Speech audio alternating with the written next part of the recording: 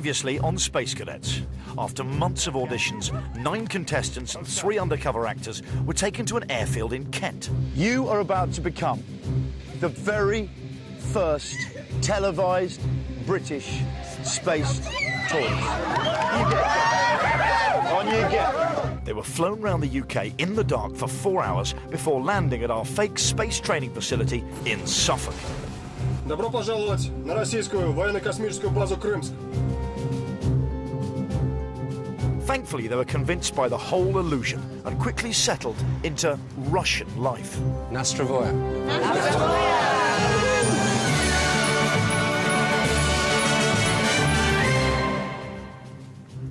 And this is where they're all praying they'll end up, aboard this state-of-the-art space shuttle simulator.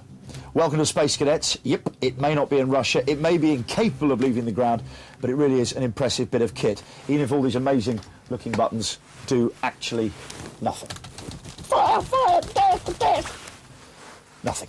3 of the Space Cadets, boldly led by our undercover actors, will be sitting here on Monday night thinking they're being blasted into space for a 5-day mission. Would it convince you? I don't know. I mean, I'm looking out the window just there. I can see the sort of projection of Earth. It's kind of convincing, but I'm really not sure. I don't know.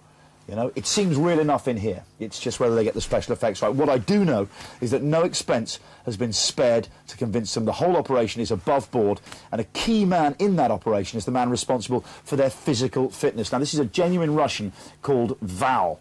And let me tell you this, Val may have a lady's name, but I wouldn't advise anyone saying so to his face. So bear witness, please, to the brutal reality of Val.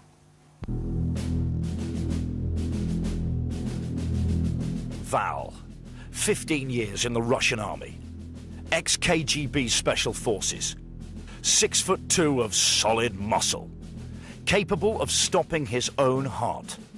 And he's here to get our cadets into shape. First, he assesses their physical fitness. Welcome to Russia! No, you're doing wrong. Come on. Everything is tense. Out of him up. And does something weird to Charlie. Before pushing the cadets to the limit in twice-daily physical training classes. In! Out! Let's go! Move! This is not England. Breathe! Turn around, next one! Down! No time! Move! Up straight! Go. Wake up! Go. Straight legs! 1! 2! 3! Hardest man I have ever met.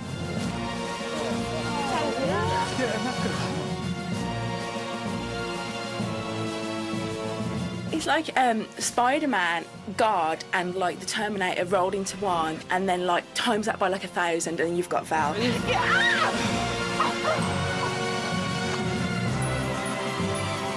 Val, welcome to his world of pain.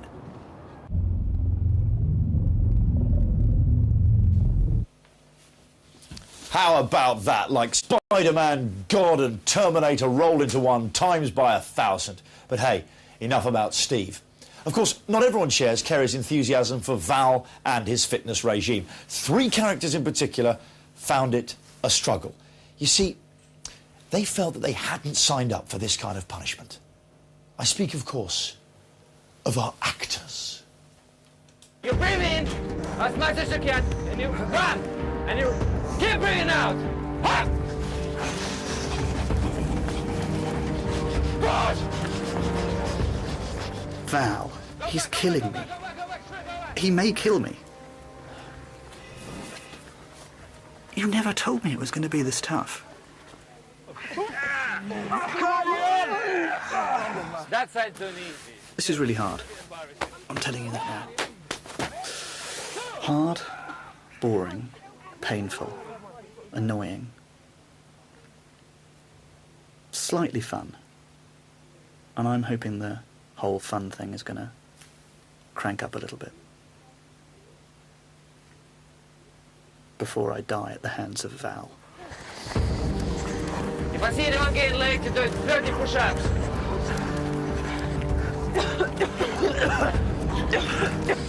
I've never had so many sore muscles in my life as what I have had working with Val. Steve, don't put too much weight on my shoulders. I've got a really sore quad, really sore stomach, and I have worked hard before physically. It's not that, I don't know. Thanks, Val. Keep breathing, that's your own lungs. Use them. Come on, keep going. Come on, Steve, mate. Come on, Steve.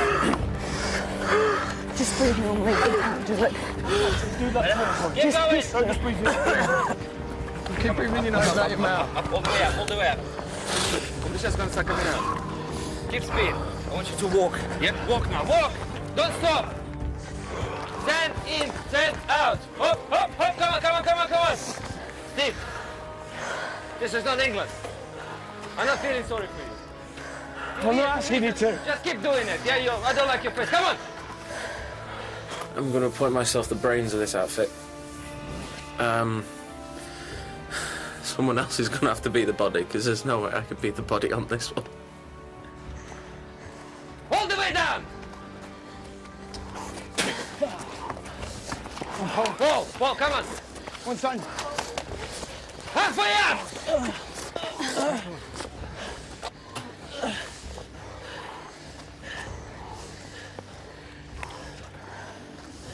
I just feel absolutely fucked.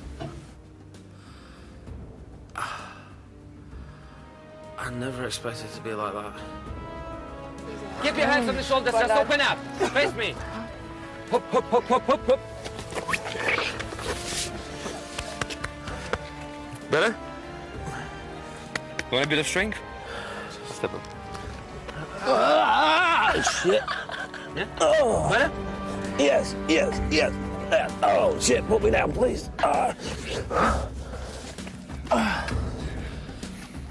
Awaken? Yeah. See?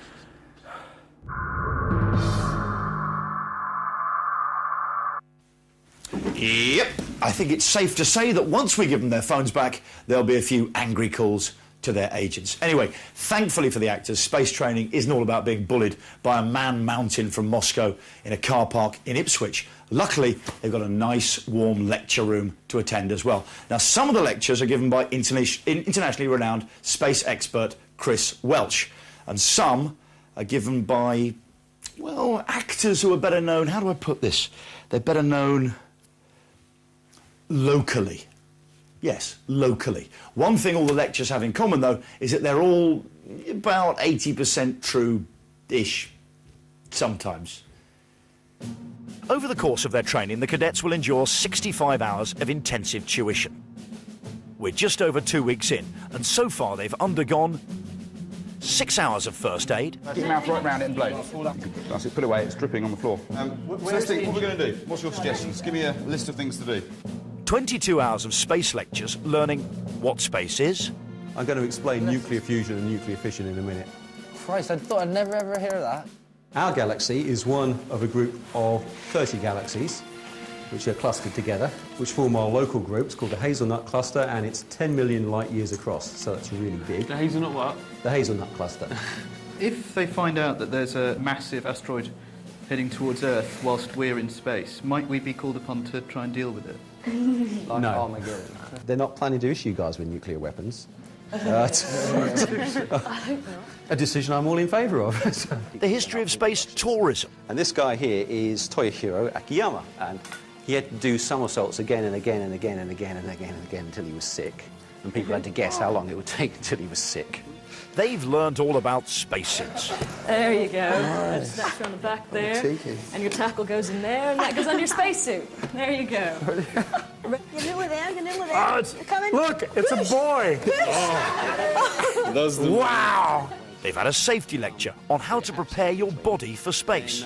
Then yes, this goes up your backside and you walk around with it, kind of like gently squeezing it to try and fill yourself up. Then you come out and you sit on the loo, and it's, yeah, the world does fall out your backside. The all-important how to live in space. You have not washed your hands. You filthy, filthy creature. And what to eat.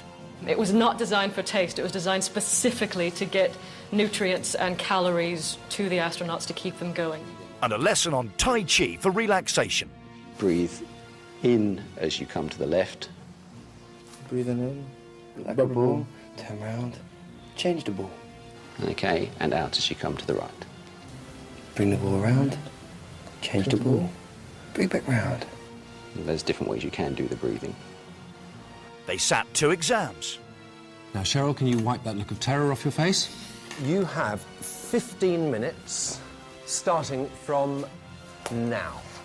And trained for 2.5 hours on a multi-axis zero-gravity trainer, despite the fact they'll never experience zero gravity. Well, not yet anyway. All right, let's do some word association, okay? Sexy. Me! Bikini. Hot. Star. Space. You doing okay? Yes, you want to sing us a song? Yeah, I do. Down, down, down, down, down, down, down, down, down. Disco dancing with the lights down low. I'm sure you'll agree, the perfect training for life inside a pretend spaceship inside an aircraft hangar just outside Ipswich.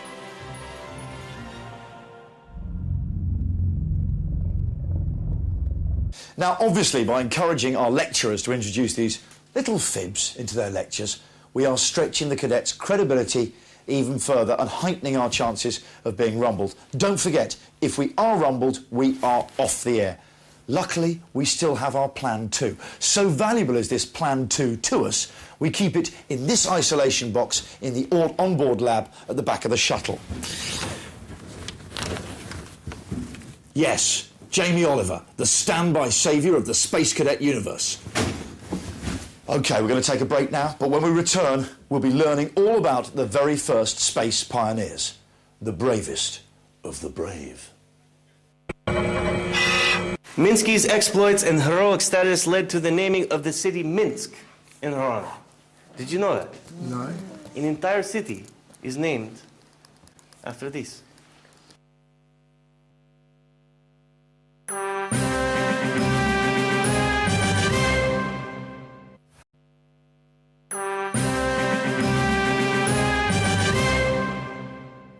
Welcome back to Space Cadets. I'm stood outside an old aircraft hangar near Ipswich, and in there is the state-of-the-art shuttle simulator that was used in Space Cowboys. Somewhere over, sort of there, I would think, are a group of Space Cadets who believe they are in Russia, and over there is Jay's Cafe that serves a very decent full English Monday to Saturday, and I have to say there is rather a cheeky waitress down there, and I asked her a couple of days ago for some brown sauce, and she sort of bent.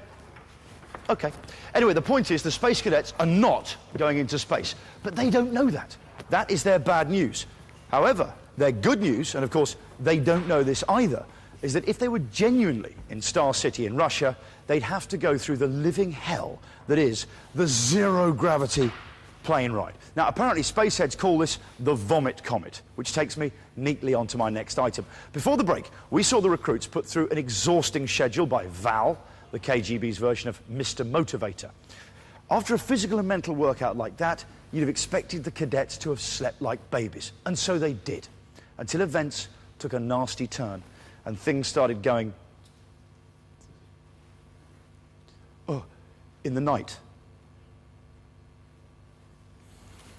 It's the middle of the night, and all is not well for one of the cadets.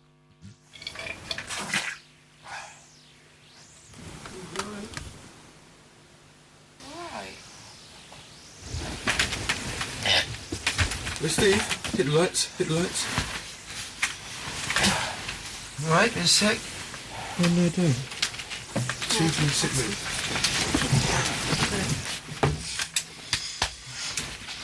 Should be. Look at me that way. Very open, this, not this. No, I'm looking at my box. Very big box there. You've been up all night, Steve, or did it just come on suddenly? Be careful. Right. Just go sit down outside and look. Perhaps get him a bowl or something, so if he wants to be sick, he can be sick into it.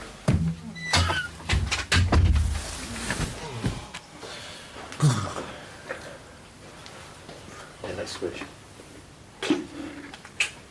Andrew, Paul and Billy are sitting up with Steve. Do you want some water? Because I think it's best for you to get us all out in one fucking good go. No, it's let him get the liquid out. He's got to he's put water. He's just going to spew it straight back up. Yeah, straight back up. That's what he needs. But I think what we want to do is give him a couple of strepsils. Maybe a bacon sandwich. 20 minutes after Steve starts being ill, a producer enters the barracks. Hi, I'm one of the producers from Channel 4. Wow. I've come to take Steve out because obviously he's not very well. We're just slightly concerned with vomiting and diarrhoea. Obviously that's quite highly contagious and we don't want you guys to get ill. Yeah. So we're just going to take him off somewhere else just until we know what's wrong with him. Yeah, it seems alright, doesn't it? Steve, Yeah, I'm going back to bed now. Right. Can you stand up for me and I'll take you out? Steve! I'll take you to the doctor. As quick as you can, that's it. That's it, keep moving.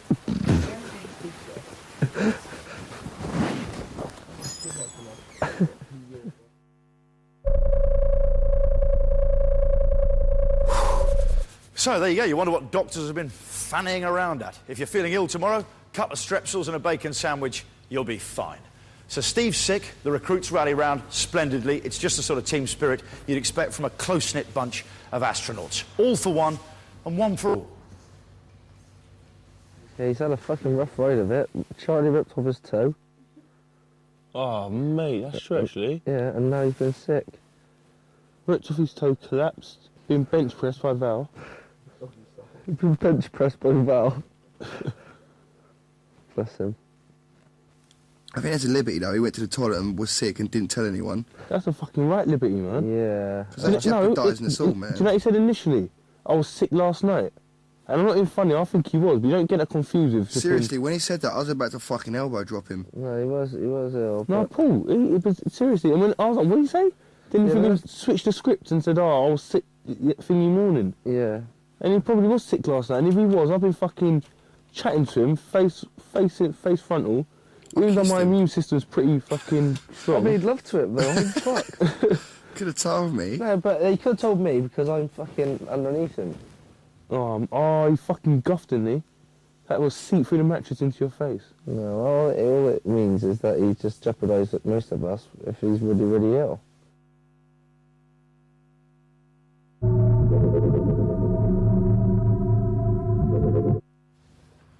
OK, I can now unsurprisingly reveal that Steve is out. Mission over, aborted launch, or more accurately, aborted lunch. He'd simply missed too much training. He was relocated to a nearby travel lodge to convalesce and regrow that toenail. However, I'm delighted to say he's hobbled in to see us tonight. You're right there, Steve. I'm feeling much better now, thank you. OK. Now, how has Mission Control explained your exit to our cadets? Well, they basically said that because I'd been away for so long and missed so much training, it'd be unfeasible for me to go back in. But personally, I'd had a genuine case of gastroenteritis, so to go back in, expose the cadets to that and possibly ruin the whole show was just something I wasn't prepared to do. OK. Have they bought this line, do you think, our cadets? Oh, yes, definitely. There's been much sympathy rallying round and even got a nice little get-well card off Cheryl. Well, it turned into quite a nice, good little bonding exercise again, didn't it? Yes, to get them feeling like a team, which is good. They share adversity and they kind of supported you there. It's a good thing. Yes, my illnesses bring people together, which is definitely good for them. Any regrets? Do you wish you were still in there? Yes, I do miss the camaraderie of the people in there. It was a cracking bunch of people. And they're having a good time, I think. Yeah. I mean, it's an amazing adventure to go on. It's better than any ride I've ever seen. Oh, definitely, definitely. The chance, even for one of us to go and sit in the simulator like that is definitely once in a lifetime experience, and I'm sorry I'm going to miss it. OK, I'm sorry you're going to miss it too, but that was Steve. Thank you very much indeed. Back to the lecture hall and a lesson that is less a case of a giant leap for mankind and more of a short, tragic walkie for mankind's best friend. For the record, everything you're about to hear and see about the dog is true. Everything about the monkey is false. Nonetheless, you might want to, I don't know, set your hankies to stand by for this one. It's a bit... Have a look.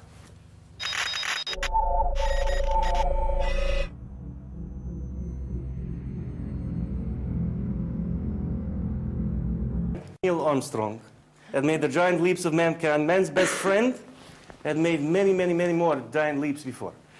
Can anyone tell me who the name of the first? Leica, yes. You guys have been studying stuff. It's very good. Like, she was our hero. She became the first orbital cosmonaut aboard the Russian spacecraft Sputnik 2 in 1957. In the early days of research, the Soviets used 9 so-called space dogs to perfect all aspects of space travel. These dogs were involved in a multitude of tests. One experiment involved the dogs testing spacesuits in depressurized cabins designed to stimulate the zero-gravity environment. Leica was a good dog. We loved her very much. She was one of many stray dogs that were snatched off the streets. Through these tests, scientists were able to establish that all of the dogs that they were training, Leica was definitely the number 1 to go up in the Sputnik 2, and as you can see, flying through space. The Sputnik 2 was designed to jettison its nose cone. And in jettisoning the nose cone, there was 2 major catastrophes. The first was that the detonation didn't occur as planned. And while the nose cone successfully separated, the propulsion unit did not engage. And aside from that, a little bit of insulation foam came off, heating, to save from the heating. These twin disasters caused the satellite's thermal control units to malfunction, and temperatures inside the spacecraft rocketed to over 40 degrees centigrade, with Leica inside. As the craft's interior temperature rocketed, the mission control screens monitoring Leica's progress went into overdrive before finally flatlining, as the little dog from Moscow finally succumbed to the stress and the heat. Later, on April 14th, 1958, Sputnik 2 crashed out of orbit and burned up on re-entry into the worst atmosphere. Leica was cremated. There's a monument erected in her honor. It's just outside Moscow. Apparently, the Dune song, "Million Miles from Home," was dedicated to Leica's memory. There she is. So it's, Listen.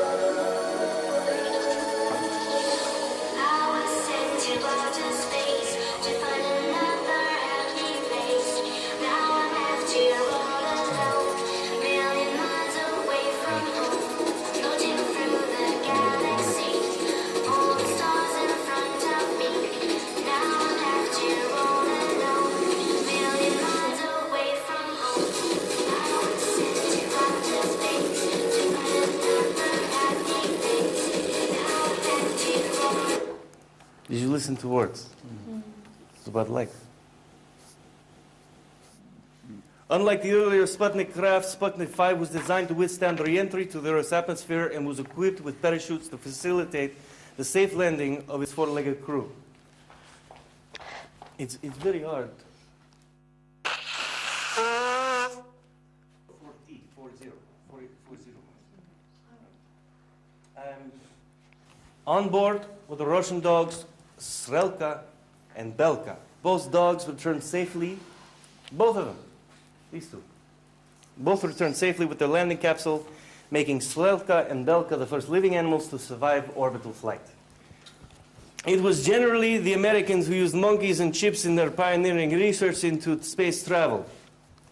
However, Russia did produce one historic ape, who I'm delighted to say we have here at Star. Is that Is that the actual one? Is that him? On October 3rd, 1958, a squirrel monkey named Minsky became the first Russian animal to successfully pilot her capsule back to Earth, where she became a national hero. As a mark of respect, we've stuffed her, basically, and put her on display. She has become her own monument. This was Minsky's space nappy. It's been cleaned, but it's a little dusty, but it's right here. When you see Minsky in the hallways every day, it would be good for you to pay respect. It's just, you know, she was there first. She walked that path before you. It's because of her you're safe. Minsky's exploits and heroic status led to the naming of the city Minsk in her honor. Did you know that? No. An entire city is named after this. As you know, animals have played an extremely important, valid role in the history of space exploration. So, if you don't mind, we just take a moment of silence to remember all those that came before us.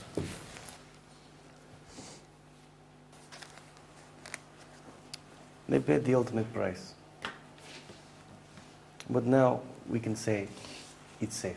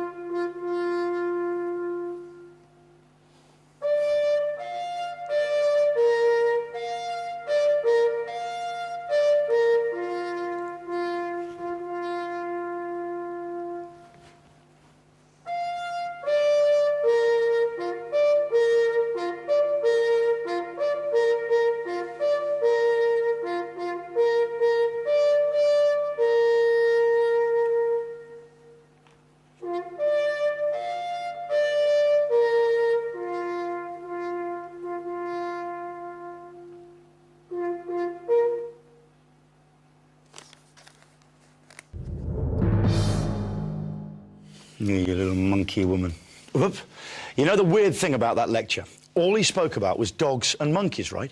Well, I am now in the same training building, and in terms of animals, the only thing I can smell is bullshit. After the break, the cadets are drilled in communication skills, where even the most unlikely events must be anticipated.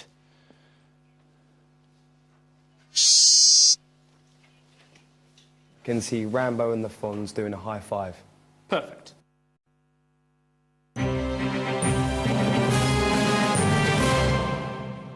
Welcome back to Space Cadets. We've flown 9 members of the public to what they think is a space facility in the heart of Russia. But we've actually flown them to a disused military base there outside Ipswich. On the upside, though, they will be getting flights to the real Star City in Russia. Yeah, the real deal. Oh, and a load of cash for Christmas. More about that probably tomorrow. Of course, they don't know this yet, because as far as they're concerned, they're already in Russia and a space mission is just around the corner. And with only limited seats available for the mission, I suppose it was kind of inevitable the conversation eventually turned to the rather delicate subject of just who would be selected for the honour of representing Britain as its very first televised space tourist. Have a look at this. Has there only been one British person in space? Well, there's been 3, but 2 of them were dual nationality. They were born in Britain, but they got visas in America. NASA sent them up, but they're American citizens. But Helen Chamberlain is the only Brit that's gone up into space. She spent a week on that satellite. I'd love to do it, like just for Wales. Yeah, maybe it would be. You would be the first Welsh person in space. That'd be wicked. And we'd be the Scottish first Scottish, and we'd be like the second Brit. The second male? First male Brit, yeah. First proper male Brit. Oh, mate. I'll make sure I sit at the front so I get there first. Ooh. I really want to go up there. I want to be one of the 4. I'm not feeling negative, I'm a positive person. But I just think there's so many good people here. Like, I mean, Frenchie, Andrew and the girls, like Shaggy and I mean, there's so many people that want it as well, as much as I do, and I mean, it's at my hands, there's no point worrying about it. I just got to get on with it and do what I can do now, but I well want to go, you know what I mean? Just fucking go to space, like. I don't want to have that feeling that, you know, I was nearly there. I want to be in the rocket sitting down, like, when it takes off and, you know, going up to orbit and stuff. I want to go up to 200 kilometres and orbit the Earth and look out the window and stuff and see what it looks like from wherever. It's just going to be amazing, and I really want to be a part of it. I don't think I'm going to go. Honestly, I really don't think that I'm going to be going as... I know that you sounds really like pessimistic, but it's not about being pessimistic. Yeah, 100%, and you've got the same amount of chance as anyone else. Yeah, I don't think I do really though. Why? I'm really quite shit. Why? Really shit at what? Listen, really shit at what? You've done every physical thing. I am crap at this. I'll be happy for whoever goes there, but honestly, from the bottom of my heart, I'll be like, oh, go you. But I'd rather it be me. Well, of course, I'll be really it be us, but I kind of know in my heart of hearts that I'm not. Nobody cares, no way. No. I really want to do it. You'll pick the 4 best people at the end of the day. Yeah. Don't know how they'll choose them. I know, but... It won't just be the fitness, it'll be everything. I just want to see who's determined. Yeah. I just worry about it. I always worry about tests. I always have done. I've never really revised. I've never really sort of taken science and astrophysics, if you like, seriously. I've just never sort of... Because you never think you're going to need it. All of a sudden it's been dropped on you, and now it's a case of having to learn it. Right, now, why have we got to think about it? We've all come in here with nothing, nothing, no expectations. So when if we don't get in, then we just got to think positively. Can you do that? Yeah. I can't. I'm trying. It's such a sad. I'm trying so hard.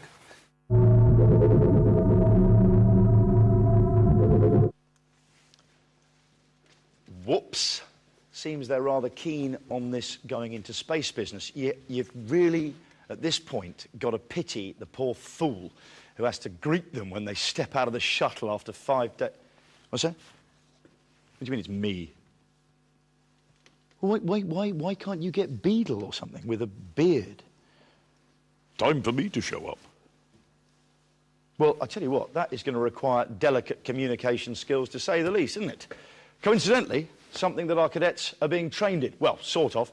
Everything you're about to see is false unless told otherwise. I tell you what, when I have to break the news to them, I want that Val bloke by me, yeah? With Kalashnikovs, just in case, yeah? Thanks, appreciate that.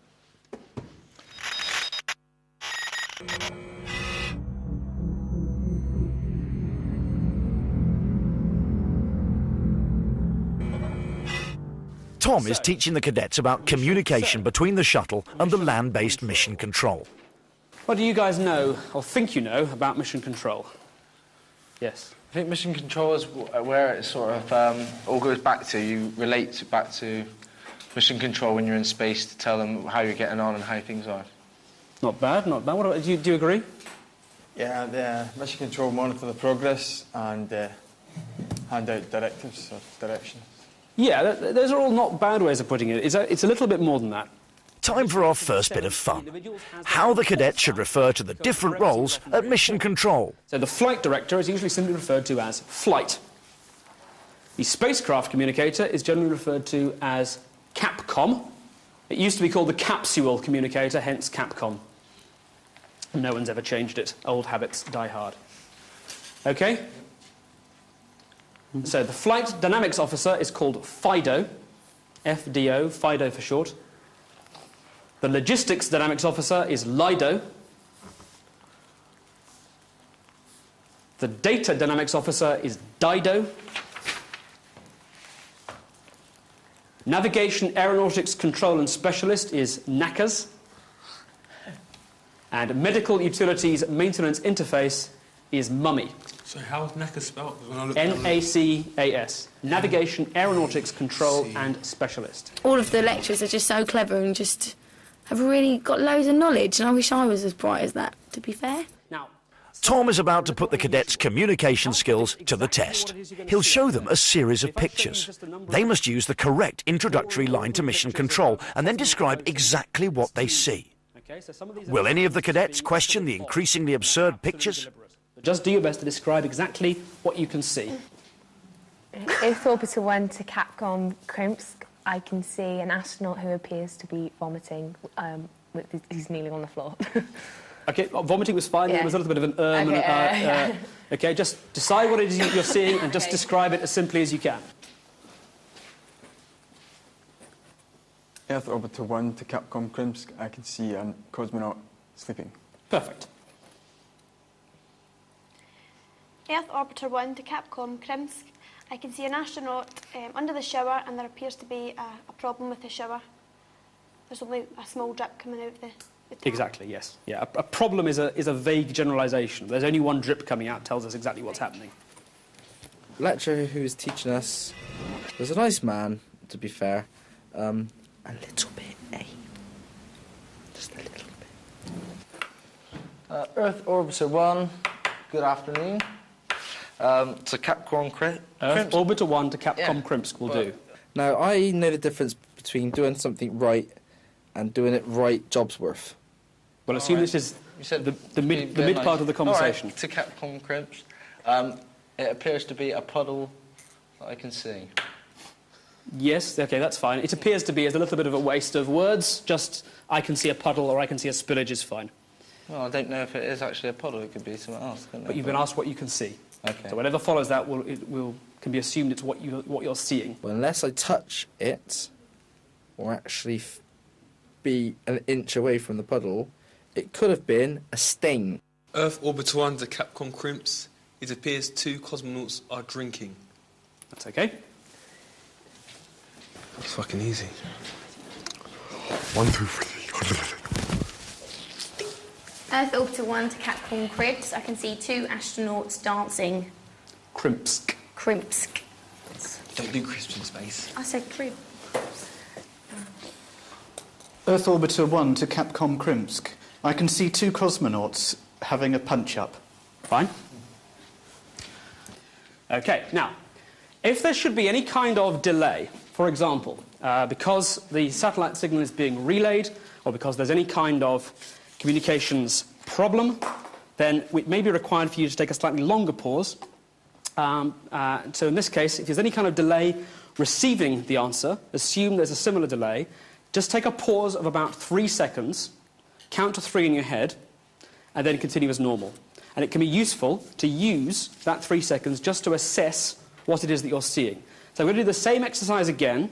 I've got some more cards here. These are on the more surprising end. OK? Earth Orbiter 1 to Capcom Crimps. I can see a monkey. Anything else? With a hat on. What kind of hat? A Russian hat. I think it's meant to be a fez. Oh. Okay, but yeah, you don't know what details are significant or what details are not, so say everything that you can see. Anything else about this monkey? It's got very big ears and a long tail. Anything else that a monkey wouldn't normally have? It's wearing a waist jacket. Yes, a waistcoat. So again. Okay. Earth Orbiter 1 to Capcom Crimps. I can see a monkey wearing a fez and a waist jacket. Thank you. Crimpsk. Crimpsk.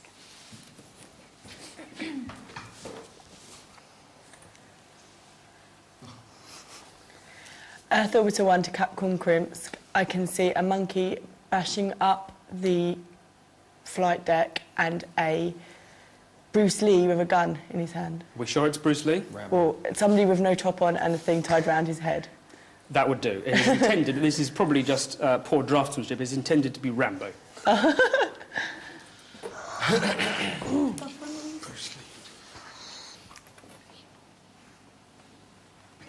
Earth Orbiter 1 to Capcom Crimps. I can see a man wearing a suit jacket with both of his hands with the thumb up sign. Do you recognise him? Yeah, this could be poor draftsmanship. Anyone know who it's meant to be? Who? I think it's meant to be the Fonz. From Happy Days. Oh, OK. But it was a good description. Thanks. It didn't look nothing like Fonz, the Fonz. It didn't look nothing at all. It looked more like my dad in a leather coat.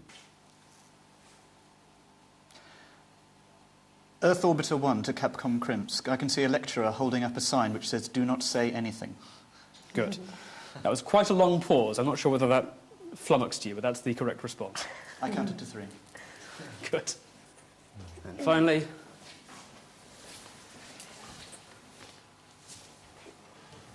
Earth Orbiter 1 to Capcom Crimps. I can see Rambo and the Fonz doing a high five. Perfect. OK, thank you very much. Here endeth the lesson.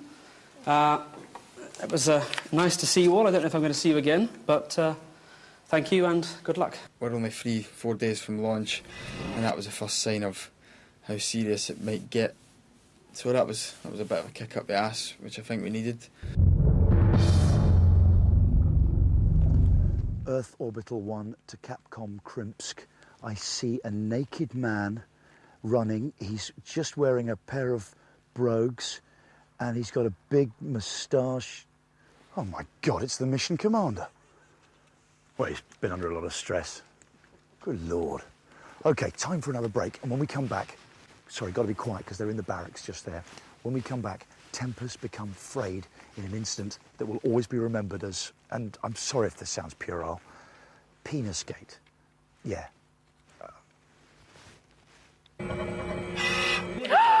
I can't believe you've done that. What's she done? I'm telling you now, it's not my cock.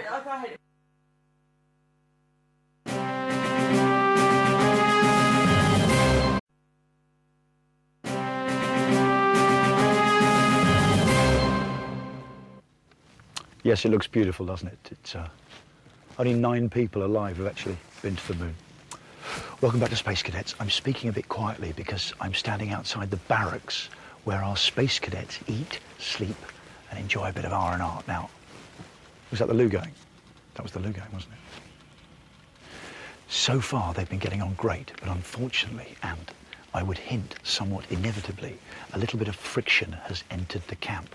Now, the cause of the friction, as is so often the case, and millions of you will have experienced this, the cause of the friction was a penis. That's right. A penis. A penis. Kerry is at the table doing some extra revision. I need to blow my nose. With her exercise book left unattended, Paul draws a penis on Kerry's revision. Something that's never been done. I don't know what I think about that. They're so big and bad and good at everything, and when people are big and bad and good at everything, you don't put them in. They're not good at everything. They're like to be bigger and better. They've got more money. I always think they're too gung-ho. And their education system.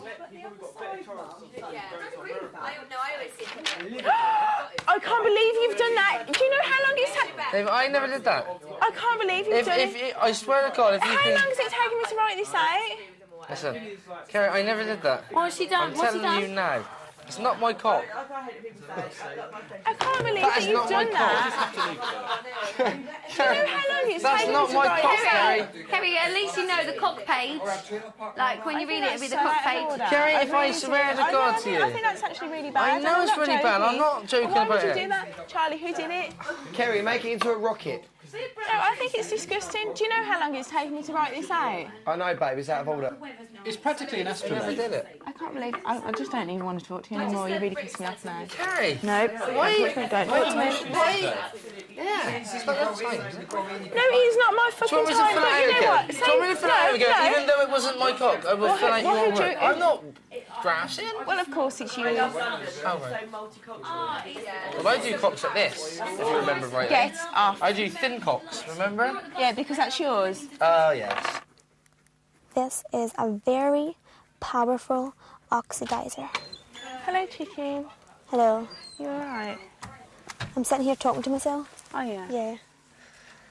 You should see what Paul's done to mine. I went to the toilet and then I came back and he drew a big penis on it. But it just piss you off there, doesn't it? That you just On want your- your butt on to... your new thing On my there? new stuff, yeah. Oh, I would have went nuts. I did. I said, what? But, you know, he just turns it into a joke. But the thing is, right, I really like Paul, but, you know, when he's all being serious and stuff and he wants us to take him serious, then how can you if he's going to do Exactly. something like that? And I'm like, for God's sake, you know, It's just- they take it in a I lot know. easier than what I do. So if I'm going to have to, like, take a couple of hours out to read this, then so what? Paul, are you being a naughty boy? No, it's just drew a bell end on a girl's bit of paper and she's had a breakdown. Yes, but hold on a second. Like Cheryl said, if you would have written all your stuff out and we would have started defacing it, well, how would you feel, Mr. Take Me Seriously? No, if I went through life worrying about what people said to me all the time... Yeah, but... Hang on, can I finish my conversation? yeah, that's And then, fine. like, perhaps you can say it, and then I'll have mine, and then you have yours, and then... Carry on, But then. if I went through my life worrying about what people thought of me all the time, I'd never get on. But you've got to understand that if you want people to take you seriously, yeah, you can play around, but don't, like, when someone's actually taking the time to do their stuff, then don't just shit Right, about there's half a page. It's a willy. Grow up.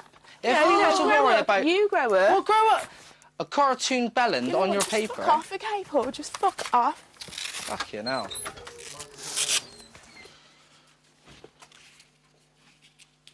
I didn't mean to upset her. But I ain't fucking worried about it. Maybe that's right.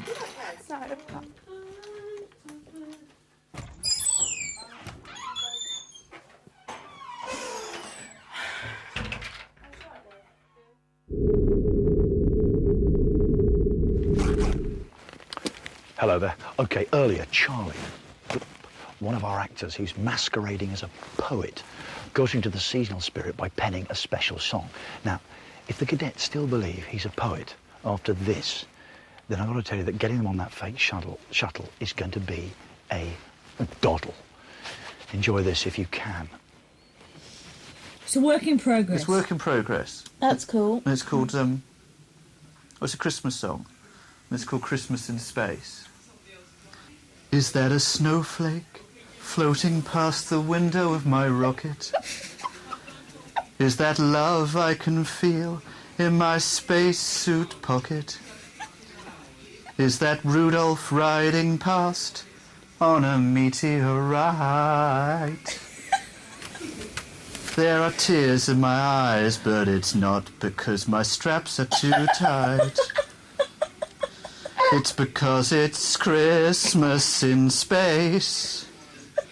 The moon has got a smile upon her face. Santa Claus is wearing the Van Allen belt. And the nose cone of my rocket has started to melt.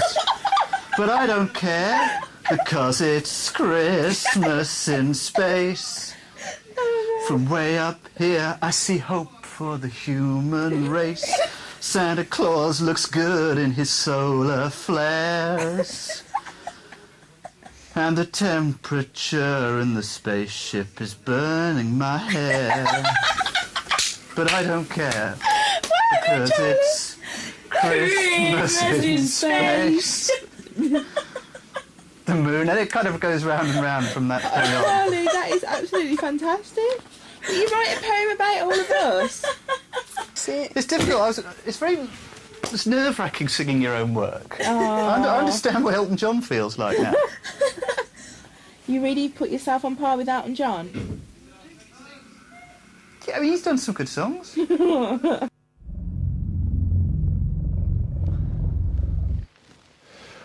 OK, that is about it for this evening. On Saturday, which is tomorrow, we reveal the first signs of love in the camp.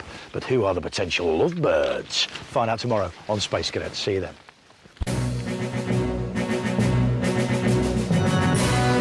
So, Johnny and his cadets back tomorrow from 9. Right, E4 in just a minute. Get behind the space scenes with the satellite show. Think Little Brother. Next here, Mark Clubbin, out of his depth and out of his tree. Bless his needy heart in Peep Show.